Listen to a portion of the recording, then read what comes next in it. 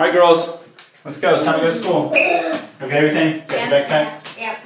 All right, let's go. You got it. You got it. Sure you got everything? Okay.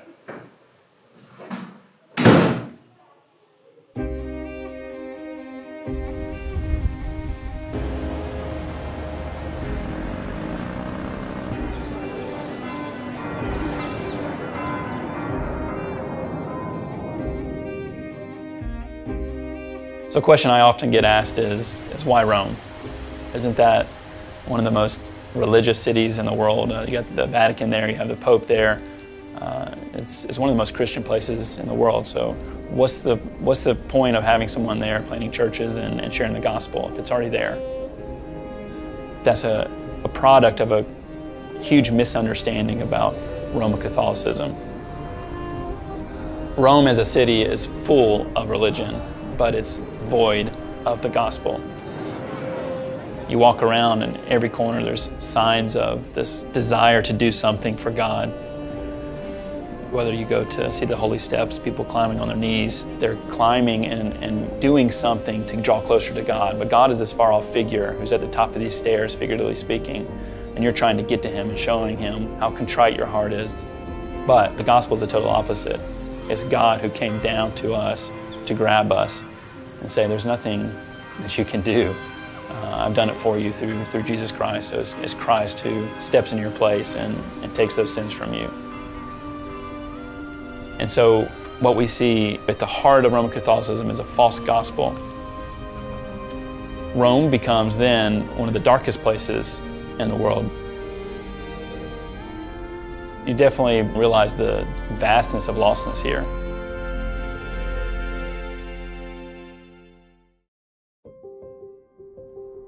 Kara and I were married in December of 2006.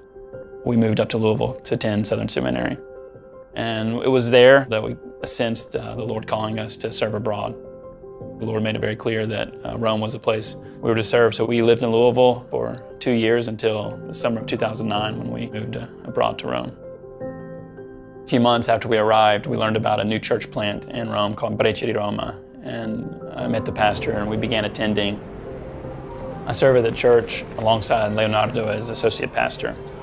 The Lord provided for us to be able to buy our own building. And that was an extremely exciting and even significant day because it was the first time since 1925 that in the city center of Rome, an evangelical church or institution had bought a piece of property. It's in the heart of the city. It's literally a stone's throw from the Colosseum. It's a short drive to the Vatican City. It's surrounded by Catholic seminaries that are very influential worldwide. So it's a small place, but at the same time, there are huge steps forward for the presence of the gospel on the culture and the people who live there. The first time that we met, I was impressed by Reed and Kyra, by asking them, what's your dream? What's your desire? Are you ready to die here? And Reed and Kyra told me, yes, we're ready to die here. This is our home. They had just arrived and they knew that their calling was a long-term calling of God, and they certainly had counted the cost. We're talking about doing ministry in a context that has been shaped by one institution for 2,000 plus years. And you don't just come in and knock that down, even probably in one lifetime. It takes a long commitment, it takes years, it takes a lifetime.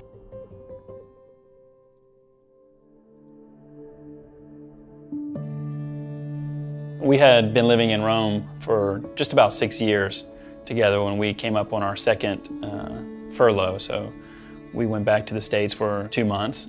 And we were just about ready to come back to Rome. As we typically do before we head back, we wanted to get together with our family, have dinner, and just enjoy each other's company before heading back. And so we were driving northbound on a highway heading back home, and not really saying much, just kind of reflective, I think. And at one point, I kind of noticed out of my peripheral vision that there was something that just kind of seemed a little bit off. There was a big 18-wheeler that was entering into the road perpendicularly to our vehicle. And just in a matter of a split second, it hit us in the side and T-boned us. And rolled us over and pushed us across the northbound lanes of this highway, and then through the median, and then across the southbound lane as well until we hit a guardrail. And on the impact, Kyra passed away immediately.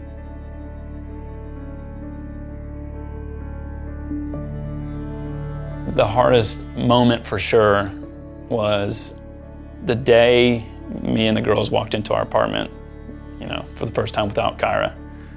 And, there's just this reality that you could just feel the absence.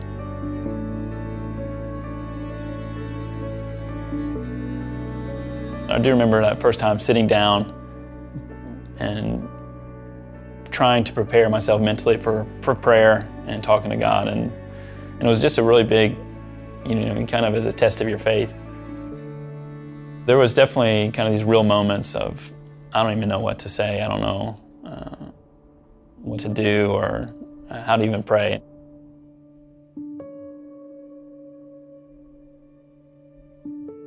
I think it was after the funeral that I really had time to really sit down and consider, what does the future look like for us?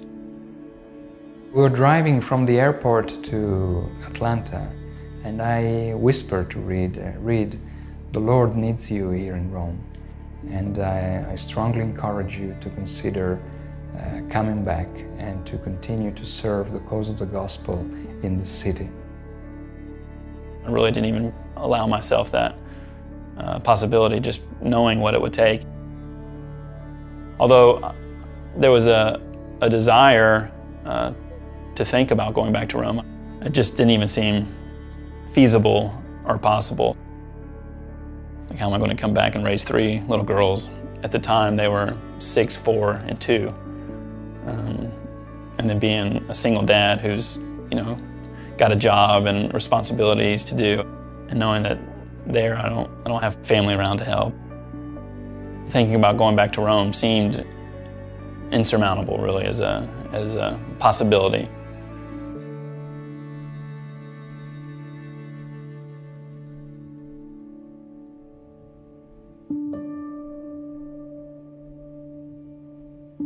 I thought about my neighbors. I thought about our friends, thinking about people like Luke and Elena, who are good people, but they didn't know Christ. The Lord just totally changed my perspective on things, being reminded of the tremendous lostness here. And just knowing the need for a gospel reformation here that may or may not come in my lifetime, but wanting to be a part of that and wanting to contribute in some way. The Lord made it very clear that going back to Rome was what the Lord was calling me and the girls to do. But that doesn't mean it's going to be easy. It's going to be difficult, but if the Lord's calling me to do this, I know that He'll provide and He'll make it possible.